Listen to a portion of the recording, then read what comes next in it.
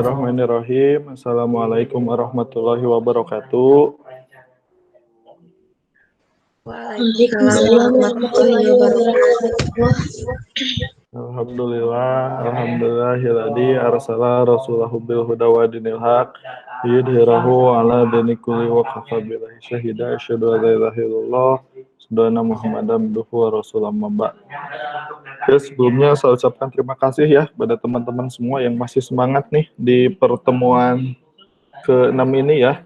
Kita tinggal sisa satu pertemuan lagi, dua pertemuan lagi, satu deh, pertemuan ke-7, nanti pertemuan ke-8 tuh kita UTS ya.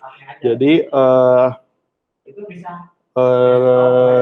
ini pertemuan ke-6, kemudian 7, nah nanti seminggu ada minggu tenang, habis itu UTS ya. Jadi saya harap ya tetap masih semangat ya untuk mengikuti perkuliahan ya, meskipun masih online ya. Ini sedang mengusahakan untuk bisa hybrid ya, nantinya kita bisa online dan offline ya, kita kombinasikan.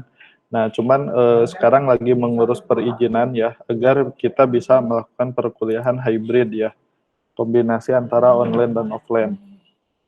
Oke, untuk materi pertemuan ke-6 kita akan masuk pembahasan mengenai array. Nah, sebelum masuk ke materi array, kita akan bahas dulu ini ya, tugas yang pertemuan ke-5 ya. Kita akan coba bahas ya, biar nanti kalian juga paham ya, untuk tugas yang ke-5 ini. Oke, kita lihat ya. Jadi untuk tugas ke-5 itu ada dua ya, ada dua soal ya. Yang pertama itu, jadi kalian disuruh untuk membuat perulangan ya, untuk mencetak dari angka 100 sampai angka 50, berarti menurun ya di kereman, dengan nilai ini, nilai awal dan nilai akhirnya, nilai 100 dan 50-nya itu nanti di inputnya bukan dari program, tapi di inputnya oleh user ketika program dijalankan ya. Berarti intinya kita membuat perulangan dari atas ke bawah dengan inputan dari user ya, inputan untuk nilai awal dan nilai akhirnya.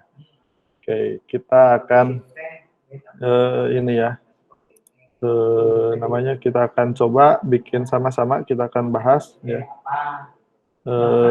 Saya coba buka dulu VS Code-nya, tinggal restart.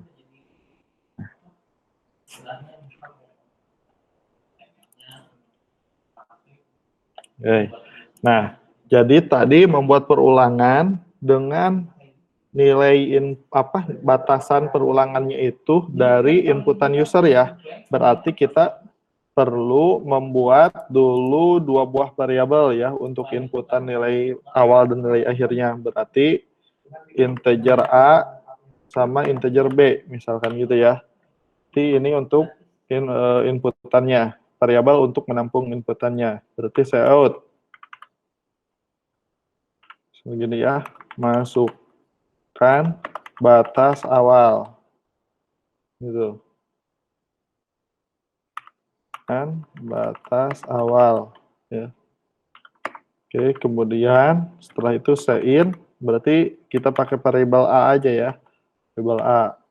Ya, kemudian out. Masukkan batas akhir misalnya ya.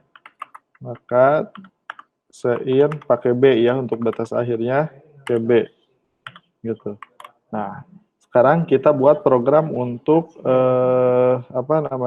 perulangannya. Dia kan perulangannya menurun ya. Nah, kita coba buat dengan for dulu. For ya. Kemudian kurung kurawal gini. Nah, oke, kita bikin ya untuk nilai di dalam for-nya. Yang pertama itu berarti nilai awalnya ya. Berarti kita bikin variabel integer i, kita menggunakan variabel i, misalkan nilai awalnya mulai dari berapa? Dari inputan kan, inputan untuk awal tuh menggunakan variabel a kan, berarti i sama dengan a. Jadi berapa nilai i ya tergantung nanti yang diinputkan ke dalam a ya ketika memasukkan nilai awal. Kemudian ya, yang kedua setelah nilai awal ditentukan berarti kondisinya atau batas akhirnya. Ya, batas akhirnya berarti I harus lebih, karena ini kan menurun, berarti nanti I-nya itu harus lebih besar sama dengan daripada B, ya. Kemudian untuk increment-nya karena menurun ya dari 100 ke 50 berarti I min gitu ya. Nah, ini. Oke, berarti di sini nilai awalnya yaitu tergantung nanti yang diinputkan di A-nya berapa. Kemudian ini kondisinya I harus lebih besar daripada B ini nanti batas akhirnya ya. Misalkan batas akhirnya kita set 10, berarti I-nya itu nanti ketika sudah mencapai angka lebih enggak lebih besar atau lebih kurang, maka kan itu kalau lebih, misalkan batas akhirnya tuh B-nya itu 10, berarti I itu harus lebih besar dari 10. Ketika mencapai angka 9, maka dia akan berhenti perulangannya. Kemudian I min, yaitu untuk mengurangi angkanya ya. Nah, di sini tinggal cout aja, cout ya. Berarti cout I ya. Ini. Nah, seperti ini ya. Udah ya, untuk nomor 1 cukup seperti ini ya. Ya, misalkan kita coba running ya. Kita coba running ya, untuk program yang nomor 1. Mana runningnya ini? Oke, kita tunggu.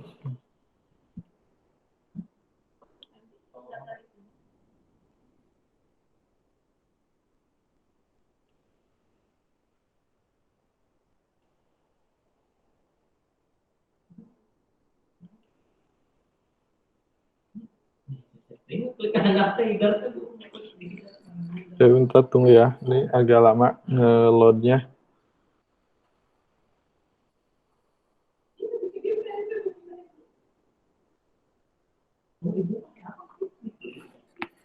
Nah, oke.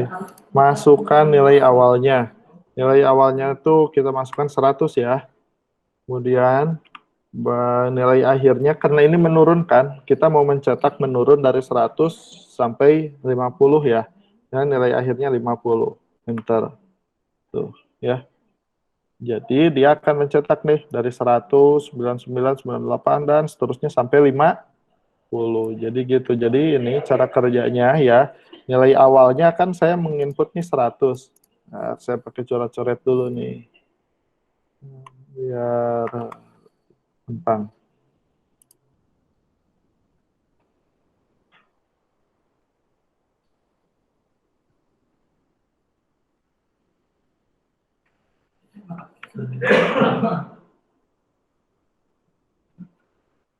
Nah, misalkan gini. Ini saya masukkan kan 100 nih. Ya. Ini 100 ya. Nah, ini saya masukkan 100 kan, masukkan nih nilai awal 100 ya. Nah, 100 ini akan dimasukkan ke dalam A sini ya. Di sini.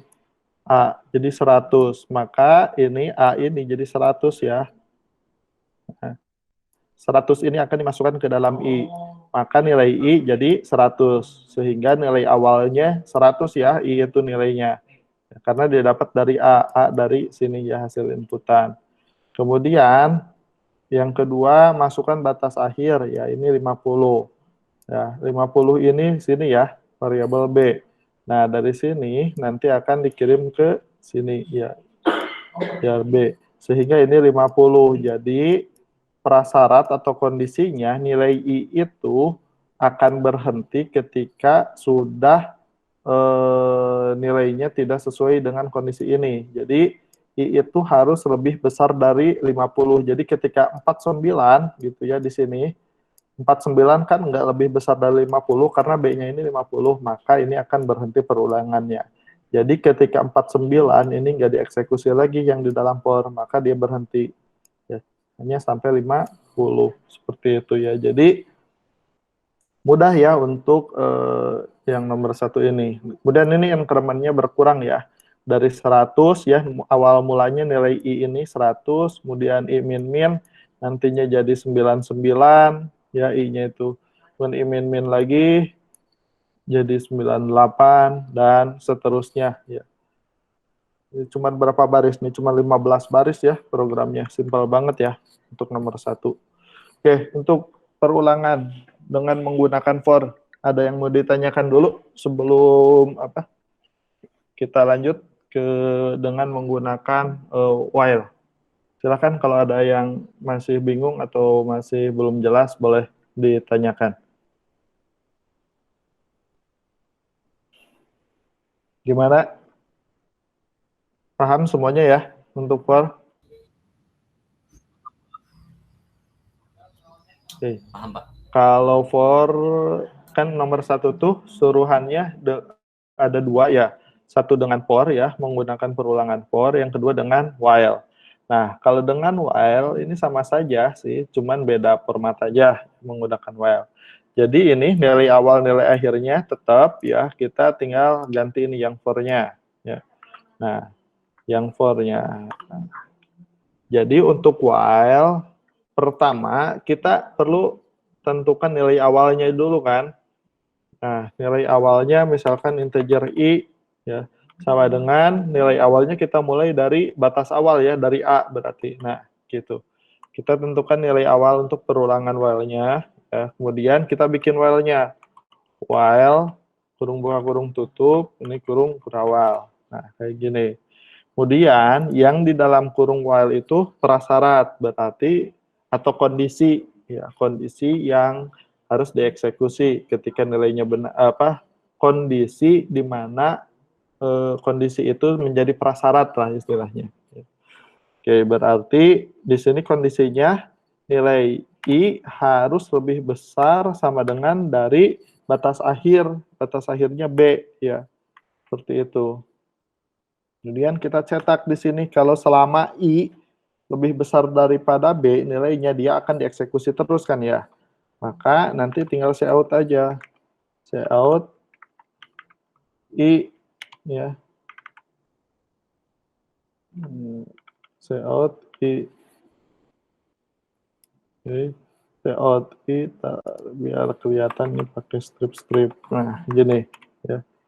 Kemudian jangan lupa decrement-nya atau increment-nya di baris akhir sebelum tutup kurawal. Berarti I min-min.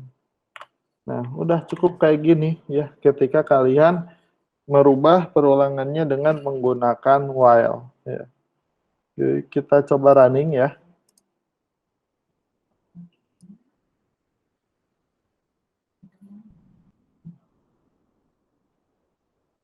Masukkan nilai awal 100 ya.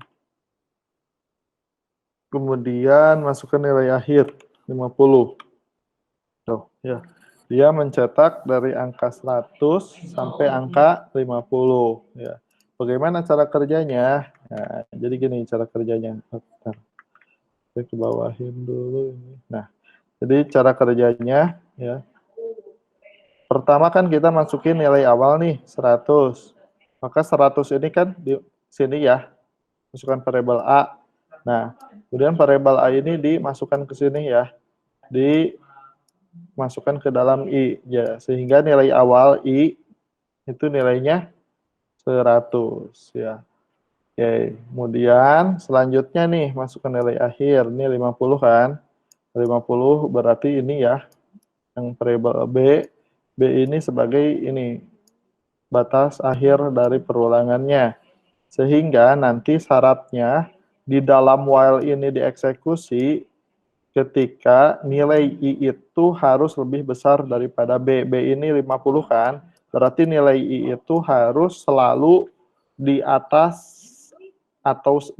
dan sama dengan di atas atau sama dengan 50. Berarti ketika nilai I ini sudah di bawah 50, maka dia akan berhenti perulangannya. Ya, jadi misalkan nih 100, ya nilai awalnya kan 100, berarti cek sini 100 lebih besar dari 50 benar, maka cetak nih 100. Strip. Kemudian I min-min ke atas lagi jadi 99 kan, 99 lebih besar di sini 99 misalkan. Lebih besar dari 50, betul kan? Maka di sini cetak 99 strip nih ya, 99 strip. Kemudian terus selanjutnya 98, 97, 96, terus sampai nanti 50. Ketika di sini 50, I-nya 50 ya, lebih besar sama dengan 50, benar ya? Masih oke karena ada sama dengannya. Maka dicetak 50 ya. Kemudian I min jadi 49, 49 ke sini jadi di sini 49 ya. 49 lebih besar dari 50 tidak, maka tidak akan berhenti perulangannya. Akan nggak bakal dieksekusi yang di dalam kurung kurawal while ini. Sehingga dia stop ya untuk perulangannya. Gitu. Seperti itu ya, mudah ya untuk perulangan dengan menggunakan while ataupun dengan menggunakan for. Nah, itu untuk nomor 1 ya. Semuanya saya harap sesuai ya apa yang sudah kalian kerjakan tuh. Oke, kita lanjut ke pembahasan soal nomor 2. Di sini soal nomor 2 itu ada kombinasi beberapa fungsi ya. Kita baca dulu soalnya. Oke. Nah, dari program nomor 1 di atas, nah kita kan udah jadi nih program yang ini, yang nomor 1 ya. Dari program nomor 1 di atas, buat program untuk menentukan pilihan, apakah mau mencetak angka genap saja atau angka ganjil saja. Ya, proses pemilihannya bisa menggunakan if else atau switch. Jadi, kalau yang tadi kita buat, itu kan mencetak semuanya nih, mau ganjil, mau genap, pokoknya kita cetak dari rank awalnya 100 sampai rank akhirnya 50. Kita cetak semuanya. Nah, perintah yang nomor 2, nanti kita kasih pilihan. Apakah mau mencetak ganjil yang mau dicetak atau mau genap. Gitu ya. Nah, caranya, nah, ini kita hapus dulu aja. Berarti kita kasih pilihan. Ya. Kita bikin variabel lagi. Namanya variabel C untuk pilihan. Ya. Oke.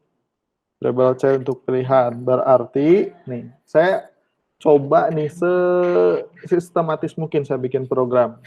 Step by step. Ya. Di sini ada variabel ABC.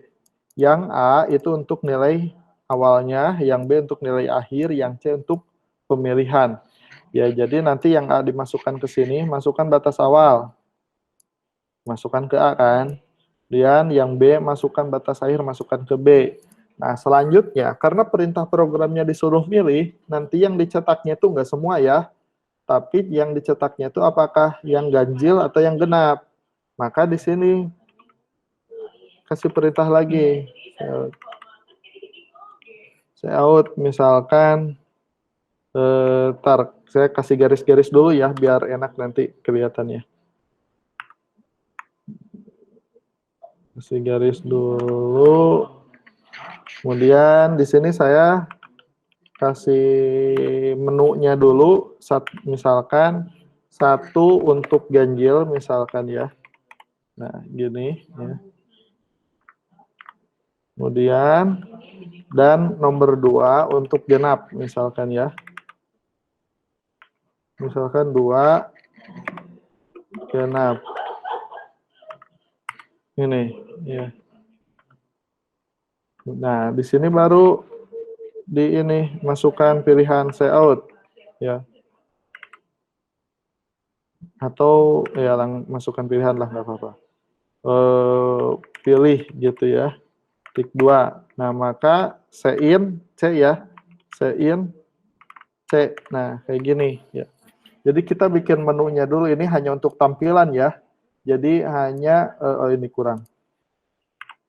Jadi dia hanya menampilkan ini ya, ini. Biar nanti enak aja kita pas lagi input datanya ya. Oke. Nah, nanti kan ada disuruh milih. Nanti 1 untuk ganjil, 2 untuk genap. Nah, kita akan pemilihannya di sini saya akan menggunakan switch. ya. Misalkan gini, switch ya. Kemudian switch ambil nilainya dari C kan, berarti dalam kurung C. Nah, jadi nanti misalkan milih angka 1, maka 1 ini akan dimasukkan ke sini. Nah, kemudian di sini kita bikin case 1. Nah, dia akan masuk ke sini untuk case 1. Case 1 itu untuk mencetak ganjil, berarti dia bikin program untuk mencetak ganjil ya dari angka 100 sampai angka A sampai angka B gitu ya. Tergantung nanti inputan A dan B-nya. Berarti di sini for ya integer I sama dengan apa? Nilai awalnya A ya. Kemudian I lebih besar sama dengan B kan, batas akhirnya. Kemudian I min. Kemudian di sini berarti tinggal cout aja, cout ya. Cout apa? Cout I ya. Cout I. Oke. Nah, seperti ini. Nah, berhasil kita membuat untuk perulangan yang ganjil. Tapi belum selesai karena ini masih semua ya, masih dari 100 sampai berapa? 50 atau dari A sampai B. Berarti karena ingin mencetak yang ganjil aja, berarti kita tambahkan kondisi if di dalam for-nya. Berarti di sini if ya, kemudian dalam kurung nah, seperti ini. Nanti kita ini cut, kita pindahkan ke dalam if. Nah, saya cut dulu ini. Kemudian sekarang kita bikin kondisi ganjil, berarti I ya, ketika nilai I persen 2 sama dengan ganjil, berarti 1 ya. Berarti pembagiannya harus sisa 1 ya, kalau untuk yang genap. Maka dia akan mencetak genap. Yang ini. Udah selesai nih, kita case 1 untuk yang ganjil nih. Jangan lupa break ya, tutup. Nah, ini berhasil untuk mencetak angka ganjil. Nah, untuk angka genapnya tinggal copy paste aja ini case 1. Ini copy paste, copy, kemudian paste ya. Ini ganti jadi case 2 untuk genap. Nah, untuk genap berarti ini kondisi if-nya ganti jadi genap. Untuk mencetak genap tuh sisa bagi 2. Kalau dibagi 2, harus sisanya itu 0. Nah, maka seperti ini ya. Oke. Nah, udah berhasil nih. Case 1 untuk ganjil, case 2 untuk genap. Nah, default-nya itu kan ini pilihannya cuma 2, angka 1 atau angka 2. Nah, default-nya itu untuk mengeksekusi jika user memasukkan selain angka 1 atau angka 2. Misalkan kita kasih komen ya, default-nya itu Anda salah memasukkan pilihan gitu ya. Nah, gini. Nah, seperti ini ya. Udah selesai ini untuk nomor 2. Cukup kayak gini. Oke, kita coba running ya untuk nomor 2.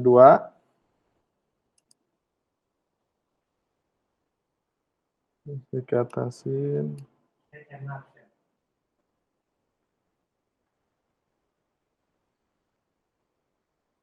Oke, nah sini masukkan nilai awal, saya masukkan 100 gitu kan.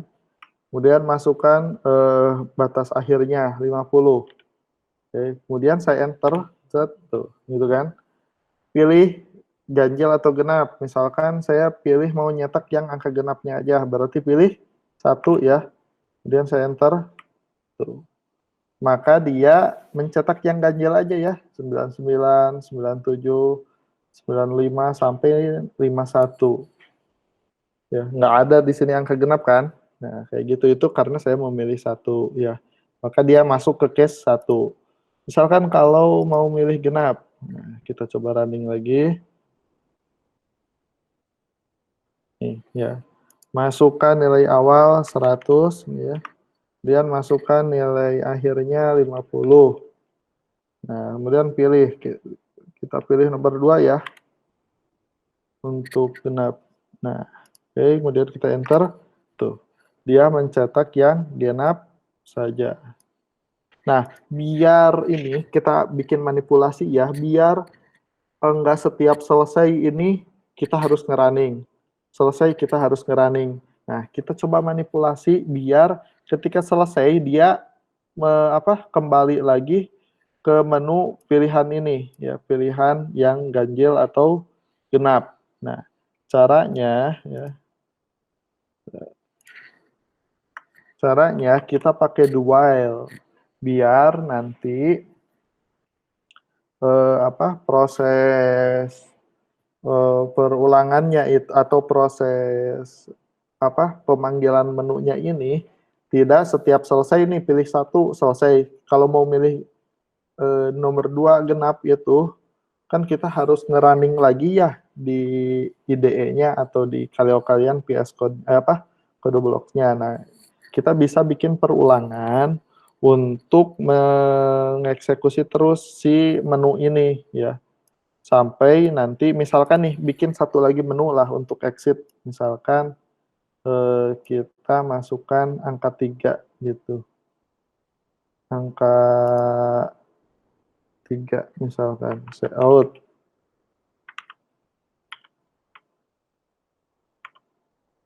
Ya, di sini 3 titik untuk exit misalkan. Gitu ya. Nah, ini bisa menggunakan do while ya untuk ini ya. Jadi kita bikin do-nya itu di sini ya. Berarti do ini kurung kurawal tutup nih, kurung kurawal buka, kemudian kurung kurawal tutupnya kita pindahin ke sini ya. Nah, kemudian di sini kita kasih while ya. While-nya berarti C ya, pilihannya itu C. Pilihannya itu di sini dia akan masuk dulu ke sini, berarti kita pakai variabel C. Nah, berarti C selama C ya, selama C tidak sama dengan angka 3 untuk exit, misalkan angka 3 ya. Nah, maka dia akan terus melakukan eksekusi terhadap terhadap yang di dalam do ini ya.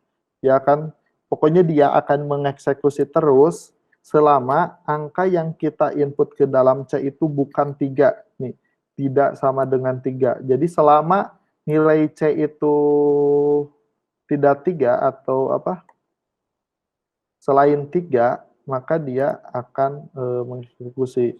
Tapi kalau dia nilainya, misalkan nih kita nilai 1, misalkan kita 1 itu untuk ganjilkan, maka C ini kan jadi 1 tidak sama dengan 3, ya, maka dia akan mengeksekusi lagi ke atas terus.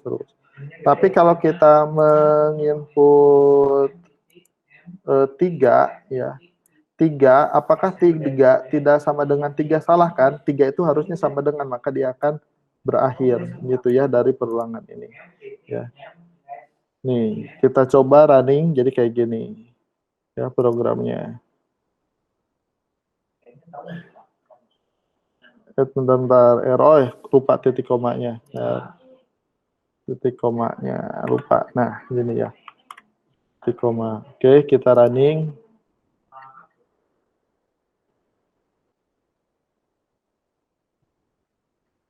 Nih ya, masukkan batas awal. Misalkan kita mau masukkan batas awalnya 100 gitu ya. Masukkan batas akhir 50. Bentar tuh kan. Nah, ini. Ntar, biar enak si pilihannya dikebawahin dulu. Ntar, ini saya lupa. /n. Gitu ya. Oke. Oke, kita running. Oke. Nah, gini, masukkan nilai awal 100 gitu ya, masukkan nilai akhir 50. Nah, pilih 1 untuk mencetak ganjil, pilih 2 untuk mencetak genap, pilih 3 untuk exit. Oh iya, di case-nya belum dibuat. Oke. Ini di case 3. Kita bikin case 3 juga ya. Biar kalau input 3 nanti tidak dianggap salah memasukkan pilihan 3. Misalkan seutnya terima kasih gitu ya. Terima kasih. Nah, kayak gini. Break. Oke. Nih. Ya, kita bikin case 3-nya. Oke, kita running. Nah, sekarang udah lengkap nih.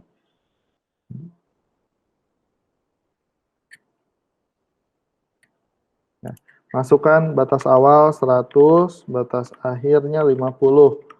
Nah, di sini kita disuruh memilih ya, 1 untuk ganjil, 2 untuk genap. Kita pilih 1. 1 nih. Tuh. Maka dia mengeluarkan yang ini, ganjil ya. Oke, ini lupa dipakai black slash n ya. Nah, ketika saya pilih 1, nih program enggak stop, enggak berakhir, tapi dia menyajikan lagi pilihan nih ya. Menyajikan lagi pilihan. Nah, kan tadi pilih 1, saya pilih sekarang pilih 2. Tuh. Dia keluar yang genap. Jadi dia sebelum saya pencet angka 3, dia akan terus melakukan atau menampilkan tampilan, intinya program nggak di stop. Nggak kayak tadi ya, selesai pilih 1 stop, kalau mau nyoba lagi kita harus running ya. Nah, ini nggak. Pilih 1 lagi nih saya. Tuh, keluar yang ganjil ya. Nah, kalau saya pilih, misalkan saya masukkan angka 5 ya. Angka 5 itu harusnya masuknya ke default ya, berarti harus memunculkan saya salah memilih pilihan. Tuh. Nah, ketika saya masukkan 5, nih keluar Anda salah memasukkan pilihan, gitu ya. Kayak gitu. Nah, kalau pencet angka 3 harusnya keluar ya. Nih. Saya pencet angka 3 nih, enter. Tuh. Terima kasih ya. Dan program selesai gitu ya. Nggak menampilkan lagi pilihan. Kayak gitu ya. Jadi intinya programnya itu lebih interaktif ya, lebih enak gitu. Jadi si user menggunakan programnya ini. Ya, seperti itu. Jadi itulah beberapa cara lah yang bisa kita gunakan.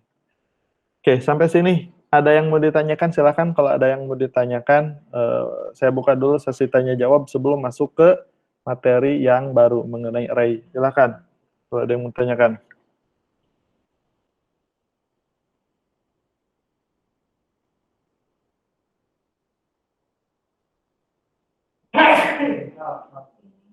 Gimana? Paham semuanya?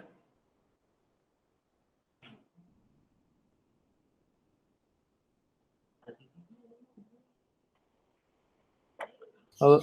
Ya Allah, Pak. Bisa ya? Bisa, Pak. Ya, oke. Ini ya, jadi istilahnya nanti kalau kalian mau buat menu dan menunya itu biar tidak nge-stop gitu ya, biar nampilin terus dan nge-stopnya itu ketika kita pencet menu tertentu, angka tertentu, nah itu bisa pakai do while ya. Oke, jadi di sini sudah kita bahas ya untuk tugas yang minggu kemarin. Nah, selanjutnya kita akan masuk materi yang baru, materi di pertemuan 6, yaitu mengenai array. Ya. Ada yang sudah tahu apa itu array? Belum, Bapak. Belum. Oke. Kita akan bahas ya mengenai array. Ya. Oke, jadi gini, ketika misalkan, sebelum langsung ke inti pembahasan, saya kasih dulu ini brainstorming-nya. Misalkan gini, ya. ketika kita membuat variabel misalkan integer A gini. Oke, pertanyaannya, A ini hanya bisa dimasukkan oleh angka kan? Nah, dan A ini hanya bisa menampung satu buah data ya. Misalkan gini, integer A gitu ya. A sama dengan 10. Berarti variabel A isinya 10 kan? Nah, kalau misalkan saya menginputkan lagi nilai ke dalam A sama dengan 15 gitu. Maka sekarang isi variabel A berapa? 15, Pak. 15 ya. Kenapa 15? Kan yang terakhir. Yang terakhir. Jadi nilai yang sebelumnya itu ditimpah oleh nilai terakhir. Gitu kan? Nah, jadi variabel A ini hanya bisa kita simpulkan, variabel A ini hanya bisa menampung angka sebanyak satu data ya. Bukan satu angka ya, tapi satu data. Contoh ini, misalkan saya isi lagi A sama dengan 357 ya. Maka isi A sekarang jadi 357. Ya, intinya dia hanya bisa menampung satu data gitu. Nah, ketika kita berbicara variabel biasa, intinya dia hanya bisa nampung satu data ya. Kemudian saya bikin variabel B, begitupun C gitu ya, sama aja. Bagaimana ya kalau misalkan saya ingin menampung banyak data dengan menggunakan satu variabel ya. Saya pengen nih 10 ini ketampung, 15 juga ketampung, 350 juga ketampung. Jadi kalau secara konvensional ya, kalian mungkin akan menjawab bikin variabel lagi aja, variabel B, kemudian variabel C, gini. Gitu kan? Kemudian yang ini jadi B, yang ini jadi C gitu. Kalau gini kan dia masing-masing ya. Nah, kalaupun mau menyetak berarti nanti kita cetak setiap variabelnya itu kan. Nah, kalau dengan cara ini ya, kita istilahnya terlalu boros ya, atau terlalu banyak bikin variabel. Nah, dalam C++ kita bisa ya membuat hanya satu variabel, tapi kita bisa menampung ketiga angka ini ya. Ketiga angka ini ya. Ya. Kalau misalkan pakai variabel biasa seperti ini yang ketampung yang terakhir berarti ya. Ini 375. Nah, ada caranya biar semuanya itu ketampung. 10 ketampung, kesimpan. 15 kesimpan, 357 kesimpan. Nah, fitur yang dimaksud yaitu array. Ya, jadi kita biar bisa menampung semua angka ini, kita bisa menggunakan yang namanya array. Array. Nah, bagaimana cara kerja array? Nah, kita akan bahas itu ya. Jadi intinya seperti itu ya permisalannya. Oke.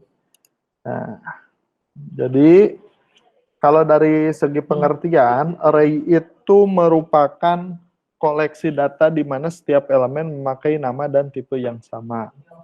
Kalau di C++ itu seperti itu ya. Jadi tipe datanya itu harus sama. Nah, kemudian setiap elemen itu bisa diakses melalui index array ya. Nah, jadi gini permisalannya. Ya. Seperti yang tadi saya jelaskan ya. Kalau variabel biasa ya. Nah, kalau misalkan variabel biasa, misalkan saya di sini bikin integer A sama dengan 10.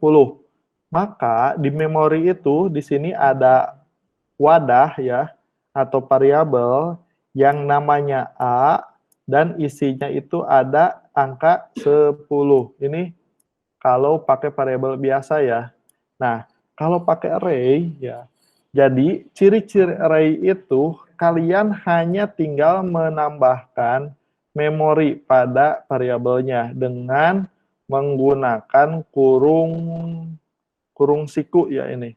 Ya, menggunakan kurung ini. Contoh di sini, integer A dalam kurung siku 5. Berarti maksudnya bahwa variabel A ini memiliki 5 wadah, ya, 5 slot, 5 memori yang bisa menampung maksimal 5 angka, seperti ini.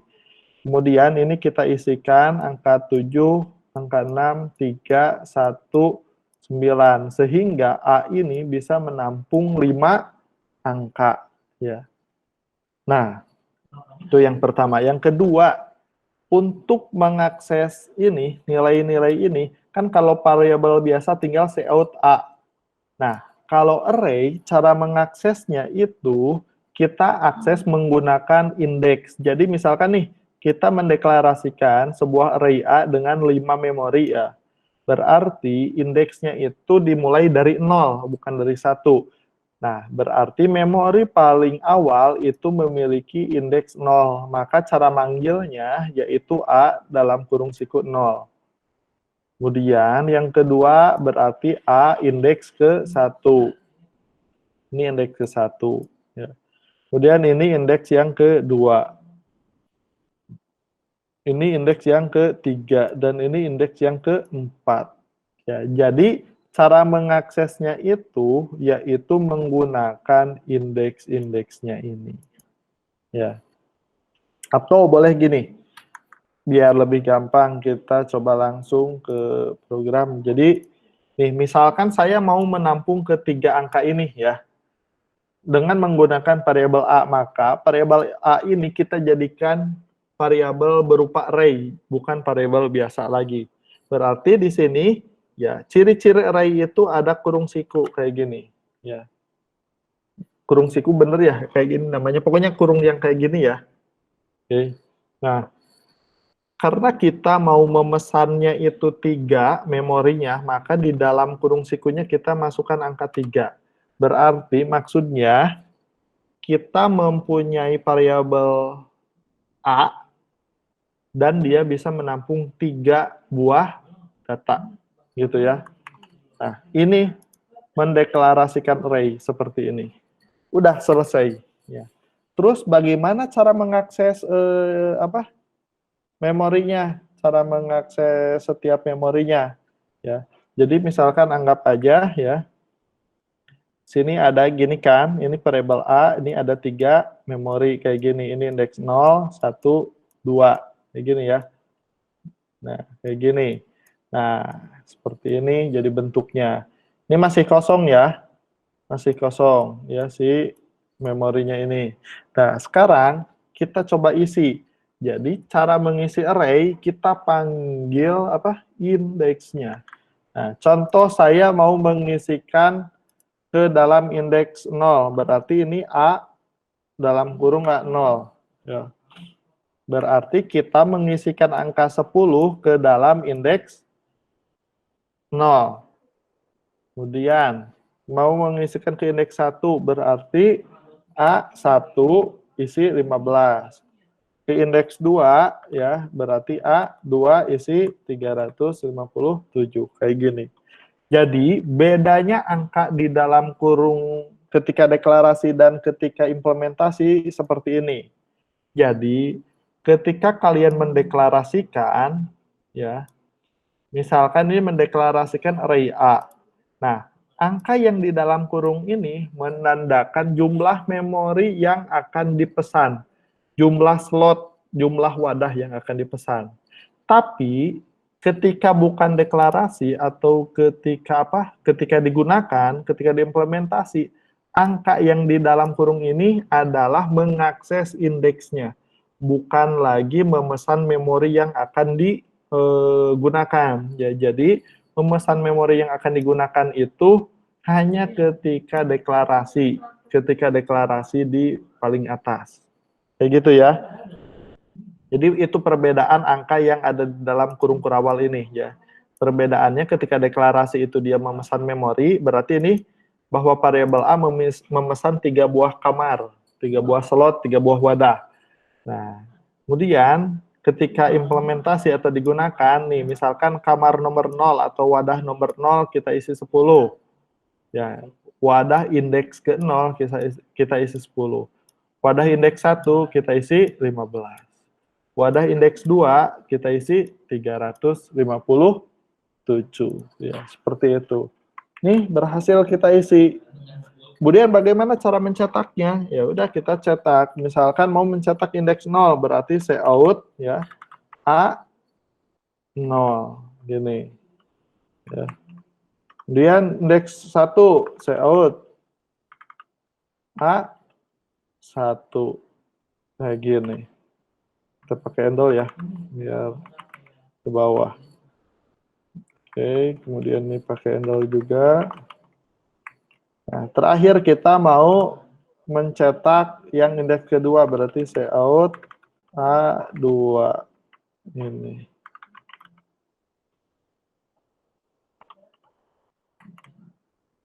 Oke. Nah, kita coba nih, kita tes, kita running.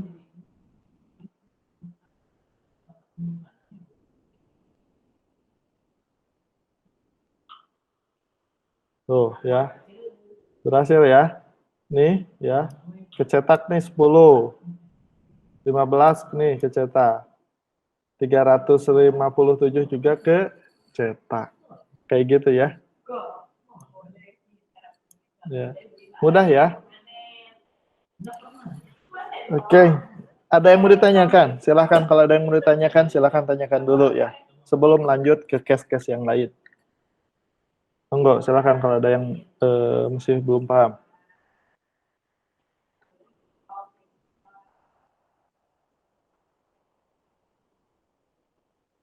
Gimana?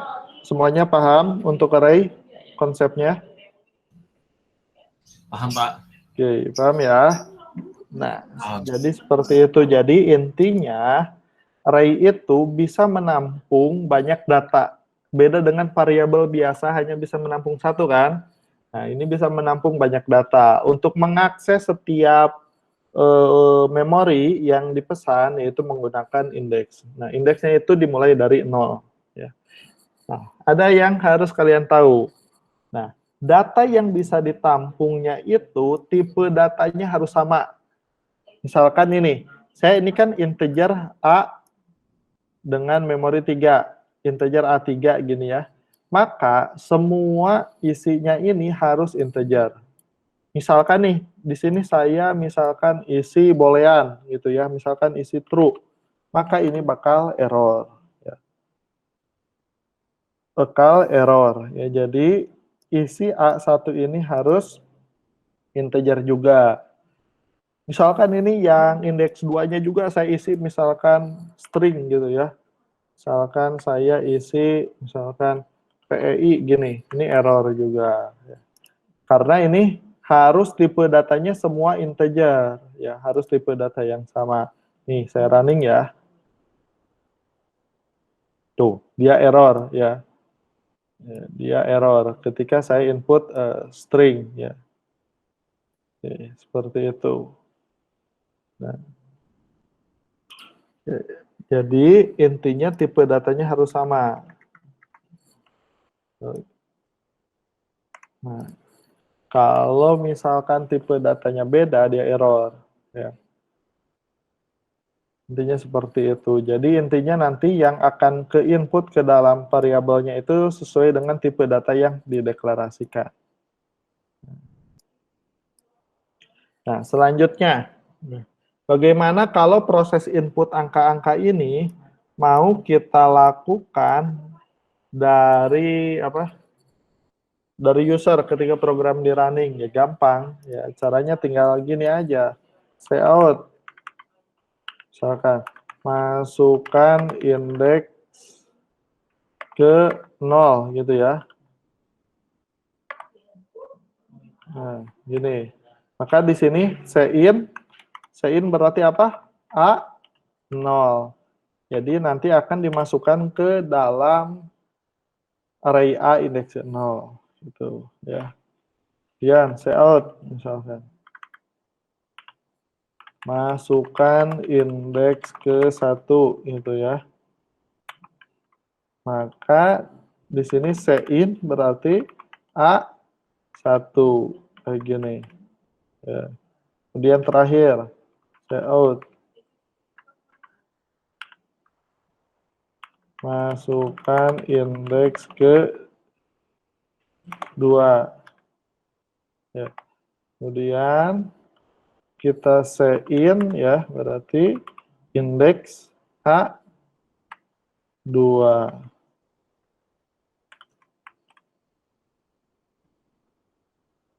Ya udah selesai.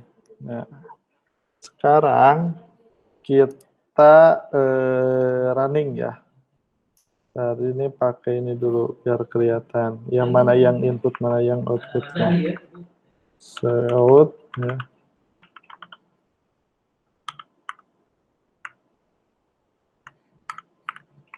Ini kita running.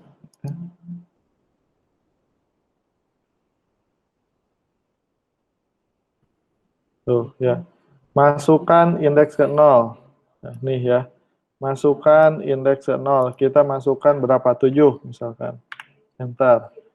Masukkan indeks ke 1. Kita masukkan 4. 5 misalkan. Enter. Masukkan indeks kedua, kita isi 12 gitu ya. Kemudian enter. Tuh, ya jadi pas dicetak isi indeks 0 7 sesuai dengan yang diinputkan. Indeks ke 1 5 sesuai dengan yang diinputkan. Begitupun indeks yang kedua ya. Sesuai dengan yang diinputkan. Jadi gitu ya. Jadi cara kerjanya seperti itu, mudah ya. Jadi intinya ketika deklarasi yang di dalam kurung sikunya itu pemesanan memori, ketika diimplementasi atau diakses ini merupakan indeks-indeksnya yang angka di antara kurung siku ini ya.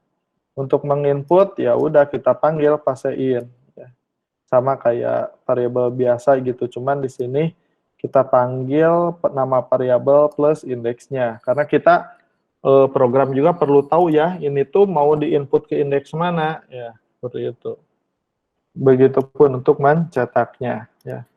Tinggal panggil nama array-nya, kemudian bubuhkan juga indeksnya. Jadi nanti indeks berapa nih yang akan kita cetak, ya. Jadi nggak mesti semua, contoh, di sini saya mau mencetak indeks 0 dan 2 saja nih, saya hapus ya yang indeks 1. Nah, maka nih saya running ya, yang dicetak hanya indeks 0 dan indeks 2 saja misalkan gitu ya. Nih. Masukkan indeks ke 0, misalkan 8. Masukkan indeks ke 1, 3. Masukkan indeks ke 2, 9 misalkan. Tuh. Ya. Jadi yang dicetak hanya 8 dan 9 karena yang indeks 1 ya. Sebenarnya indeks 1 ada isinya 3 cuman enggak saya cetak gitu ya. Jadi ini di programnya ya. Ini di programnya enggak saya tulis perintah untuk mencetak indeks ke 1 sehingga dia hanya mencetak indeks ke 0 dan ke 2. Nah, seperti itu. Nah, sekarang pertanyaannya seperti ini. Ini kan memorinya apa memorinya datanya dikit nih, cuma 3. Bagaimana kalau datanya itu puluhan atau bahkan ratusan gitu ya, si memorinya ini ya. Bagaimana? Apakah kita masih menggunakan cara seperti ini? Bisa atau tidak? Kalau dibilang bisa atau tidak, bisa. Cuman, kebayang nggak? Anggap aja ini kita mau menampung 100 data ya. Maka di sini kan kita pesan nih memorinya 100 ya. Nah, 100. Berarti kita harus membuat inputan nih sebanyak 100 ya. Kalau pakai cara kayak gini, cara manual. Nih ya, 100. Meskipun pakai copy paste ya, copy paste. Berarti kita kan harus merubah ininya juga, indeks-indeksnya, kemudian angka-angka ininya ya, harus menyesuaikan kan. Itu baru input. Belum lagi nanti mencetaknya. Kita harus bikin 100 perintah ya untuk mencetak. Itu kan butuh waktu lama. Gimana kalau 1000 datanya? kalian hanya untuk mencetak 1000 data, ya, butuh waktu berapa menit atau mungkin berapa jam, ya. Nah, maka dari itu kita kombinasikan array-nya ini menggunakan for. Ya, contoh di sini saya anggap aja mau menginput 10 data gitu ya. Kita pesan ya, ini kita hapus. Ya, kita hapus aja semua nih. Nah, misalkan saya mendeklarasikan array A, ya, memori yang kita pesan 10. Nah, kita akan menggunakan perulangan for untuk menginput ataupun untuk mengoutput. Kita menggunakan for. Ya. Anggap aja ini datanya itu 100 atau 1000 gitu ya. Cuman biar nanti pas inputnya nggak lama, ini simulasiinnya saya 10 gitu. Oke, nah, maka dari itu kita akan membuat perulangan for. Untuk kita bikin dulu untuk input ya. Ini untuk input gitu ya. For ya. Kemudian nilai awalnya, karena array itu nilai awalnya dari 0, maka kita mulainya indeksnya dari 0. Integer i sama dengan 0. Ya. Kemudian i lebih kecil, ya, lebih kecil dari berapa? Maksimalnya itu memorinya berapa? 10 ya, berarti lebih kecil dari 10 ya. Ya, karena nanti yang akan kita gunakan indeks 0 sampai 9 kan ya, 10 data. Kemudian i plus plus. Ini perulangannya. Kemudian kurung kolom tutup buka. Nah, kita bikin di sini untuk proses inputnya. Ya. Berarti cout ya. Masukkan data indeks ke misalkan ke, nah, ke-nya itu pakai i aja. Ke i kayak gini ya. Kemudian kita pakai sama dengan, nah kayak gini. Kemudian nanti di sini sein ya, sein. Nah, indeks array-nya itu berarti harus mengikuti perulangan ya, maka sein a di sini i, sehingga nilai i nanti akan berubah-ubah mulai dari 0 sampai 9, sehingga nanti akan menginputkan mulai dari indeks 0 ini ya, mulai dari indeks 0 sampai nanti i-nya itu indeks 9. Jadi nanti masukkan indeks 0, isi berarti A0. Kemudian nanti kan perulangan akan ke atas lagi, masukkan i-nya kan jadi angka 1, maka ini jadi angka 1, ini jadi angka 1, masukkan berarti ini indeks A1. Kemudian ke atas lagi i-nya jadi 2, maka ini jadi 2, maka ini juga jadi 2 i-nya, berarti A2, dan seterusnya. Ini untuk proses inputnya ya, ketika menggunakan perulangan. Jadi nilai i-nya itu mengikuti ini ya, mengikuti perulangan ini. Si indeksnya ini mengikuti perulangan i ya, indeks dari array-nya. Begitupun untuk cetak, ya biar cepat nih copy aja. Copy, misalkan kasih tanda cetaknya gitu ya. Nah, gini. Nah, kalau cetaknya tinggal ini gini aja. Kita bikin berarti cout ya. Misalkan isi indeks ke i misal gitu ya. Ke ini kurang petik, sorry. Ini petik indeks ke i gitu ya. Misalkan ini pakai apa? Tik 2. Kemudian a i ya, i-nya mengikuti nanti perulangan. Nah, kayak gini. Ini untuk mencetaknya ya. Jadi nanti i-nya akan indeksnya itu akan mengikuti i-nya ini dari perulangan yang kita buat ya. Ini pakai handle ya biar ke bawah. Handle. Oke. Kita coba running ya. Nih. ini 10 ya. Meskipun kalian nanti programnya untuk mencetak angka sebanyak 1000, ya tinggal ini aja, tinggal apa? Programnya cuman segini ya, nggak usah bikin sampai 1000 kan kayak tadi manual. Tinggal ganti angka ini, misalkan jadi 1000, ini batasnya juga 1000, ini 1000. Simpel kan? Jadi tinggal merubah angka aja nih, balikin lagi ke 10 ya. 10, 10. Jadi mau bikin berapapun data yang ingin diolah, di input dan di output, programnya tetap seperti ini. Ya. Nih, contoh nih, saya mulai dari 5 dulu deh. Ini 5 gitu ya, array-nya. Ini 5, ini ganti jadi 5. Batas perulangannya ini juga jadi dari 5 batas perulangannya. Nah, ini saya coba running.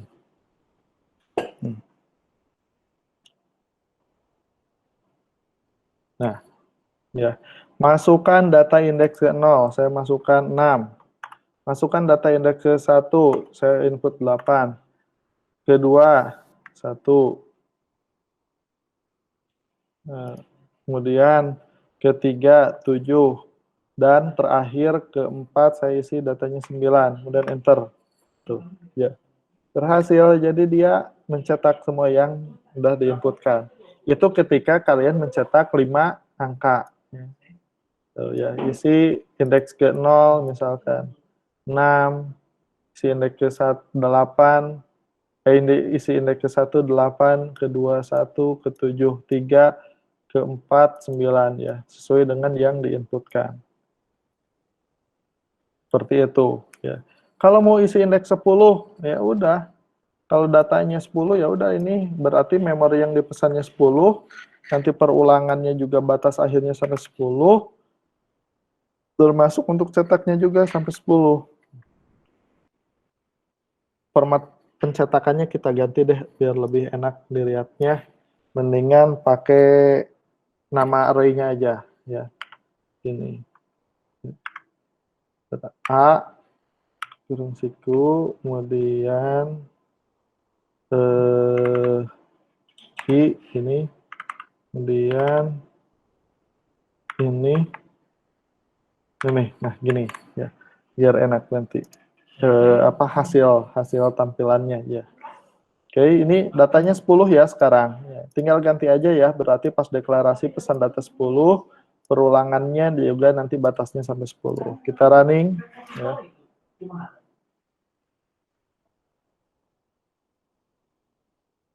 Nih, masukkan indeks ke 1, 2, 3, 4, 5, 6, 7, 8, 9, 10.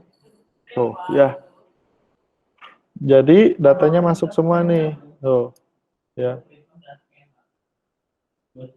7 ya, masuk ke indeks 0 ya. Nih, 5 udah masuk ke indeks 1. Ya. 8 ya, masuk ke indeks 2 nih. Jadi gitu, jadi sesuai ya. Jadi kalau menggunakan manual, kebayang ya kalau kalian datanya 100 gitu ya. Jadi nanti apa kalian melakukan hal yang sama atau mengcopy paste secara berulang-ulang gitu ya. Nah, kalau pakai for-nya cukup bikin ini aja, mau 1000, mau sejuta, mau 100, cukup kayak gini tetap programnya, tinggal ganti-ganti angka ya. Ganti-ganti angka batas dan array-nya, memori array-nya. Oke, sampai sini ada yang mau ditanyakan silahkan. Jadi bedanya ketika pakai variabel biasa ya, si datanya itu jadi di-replace terus ya. Kalau pakai variabel biasa di-replace dengan angka-angka yang baru. Kalau pakai array, data nggak di-replace, data itu disimpan. Jadi sesuai indeksnya. Kalaupun mau di-replace berdasarkan indeksnya bisa juga sih. Cuman kalau ini bisa menampung banyak data lah intinya. Seperti itu. Terakhir, ya, studi kasus terakhir. Nah, ini jumlah memori ini ya. Jumlah memori itu kan dari tadi selalu kita pesan ya. Maksudnya angkanya ini kurang fleksibel. Ya. Kalau mau fleksibel, ya sesuai dengan yang user inginkan atau penentuan batas memory array-nya itu ketika program di running, ya caranya gampang aja, ya. Jadi tinggal kita bikin aja perintah untuk memasukkan memorinya. Contoh misalkan di sini saya bikin integer b gitu ya. Maka di sini saya kasih perintah cout. Masukkan jumlah data yang ingin di input gitu ya. Maka nanti tinggal ini sein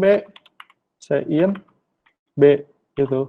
Nah, nilai B ini akan kita manfaatkan untuk memesan memorinya. Nah, maka ini B. Jadi nanti jumlah memori array yang akan dipesan sesuai dengan angka yang di input nantinya. Misalnya kalau input 7, maka ini pun akan menjadi 7. Ya, jumlah memori yang akan dipesan untuk array-nya. Begitupun perulangan rubah, ini berarti nilai batas perulangan maksimalnya itu sampai B. Ya, begitupun untuk mencetaknya sampai B. Ya. Oke. Udah selesai. Nih, kita running ya. Oke. Kita running. Nah, masukkan jumlah data yang ingin di-input. Misalkan saya masukkan angka 3. Nah, enter. Masukkan indeks ke 1, ke 0, isi 7, indeks ke 1 isi 8, indeks kedua isi 5 atau isi 4. Tuh. Ya. Jadi indeks ke 0, ke 1, ke 2 isinya sesuai dengan yang di-input dan jumlah memori dan perulangan pun sesuai dengan jumlah data yang saya inginkan. Misalkan saya sekarang mau memasukkan jumlah datanya itu 7 misalkan, 7 gitu ya. Nih, saya masukkan angka 7 ya. Dan enter, masukkan indeks ke 1, 2, ke 0, ke 1, kemudian ke 3, ke 4, ke 5, ke 6, ini terakhir, enter. Tuh, ya. Dia akan menginput dan mengoutput sesuai dengan yang dipesan. Kayak gitu ya, untuk pemanfaatan array. Nah, array juga ya bisa dikalkulasikan, ditambah dan dikurang. Ya. Misalkan, mana kok di minimize. Nah, misalkan kita ingin menjumlahkan 2 buah array gitu ya. Ini kita hapus dulu ya. Kita pakai contoh yang paling sederhana. Misalkan di sini saya mendeklarasikan sebuah array integer A, misalkan hanya menampung misalkan 3 data. Oke. Kemudian di sini saya juga punya integer array B menampung 3 juga. Nah, ya. Kemudian ya. Selanjutnya kita isi ya. Kita isi array ini ya. Kita isi pakai manual ya. Ini biar kalian paham aja ya.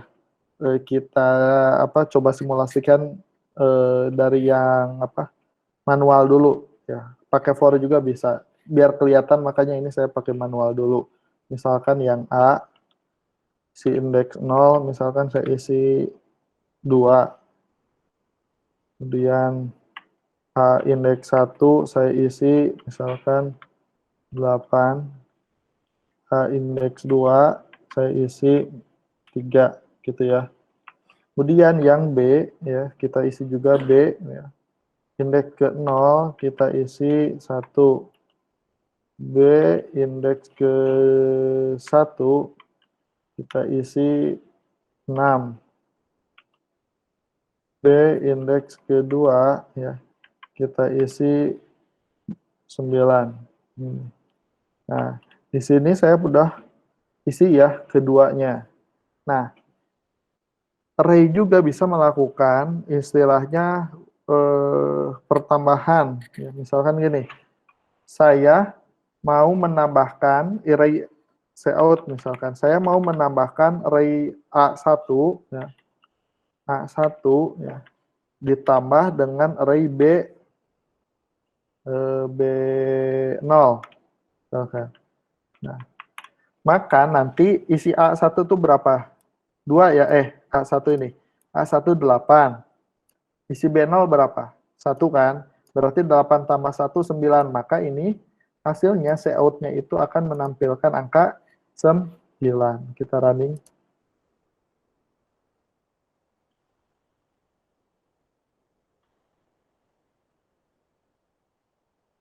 Tuh ya.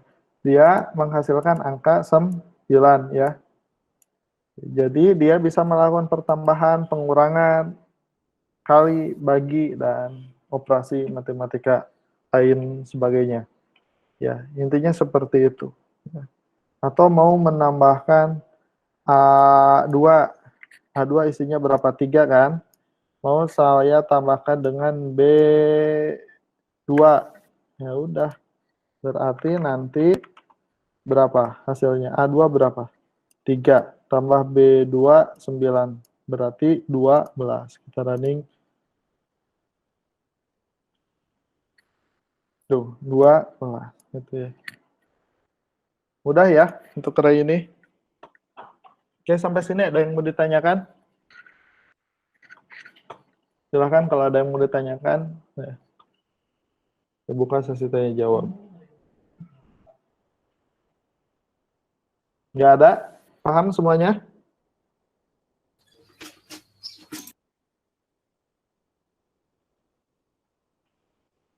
Gimana? Paham, Pak. Oke, kalau sudah paham semuanya nanti ya, di materi juga ini saya sudah jelaskan juga ya, beberapa contoh juga sudah saya berikan menggunakan for, atau ya, mengisi array, mengakses array, menggunakan for juga, atau manual, ini udah ada semuanya di sini ya. Oke. Nah, untuk array dengan fungsi nanti ya, jadi kita baru sampai sini dulu, mengakses array ya. Cara membuat dan mengakses array-nya. Jadi kalau udah paham semua, mungkin itu untuk materi kita hari ini ya. Silahkan langsung kalian coba seluruh program yang ada di PPT ini ya, biar kalian lebih paham, atau seluruh yang sudah saya simulasikan tadi ya. Silahkan dicoba ya, biar nanti kalian paham gitu ya, enggak cuman ngelihat gitu. Jadi kalau kalian mempraktikkan kan nanti kalian bisa jadi lebih paham. Kemudian nanti kerjakan juga tugasnya ya, tugasnya. Nah untuk tugasnya nanti saya edit dulu nih. Kita belum masuk ke array 2 dimensi ya, kita masih array 1 dimensi. Nah ini nanti saya edit dulu tugasnya. Sekarang kalian coba dulu aja program-program yang ada di PPT-nya. Oke. Mungkin itu aja yang bisa saya sampaikan di pertemuan kali ini ya. Terima kasih atas partisipasinya. Mari kita akhiri perkuliahan kali ini dengan membaca alhamdulillah.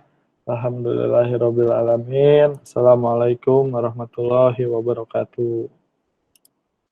Waalaikumsalam warahmatullahi wabarakatuh. Waalaikumsalam warahmatullahi wabarakatuh. Waalaikumsalam warahmatullahi wabarakatuh. Waalaikumsalam warahmatullahi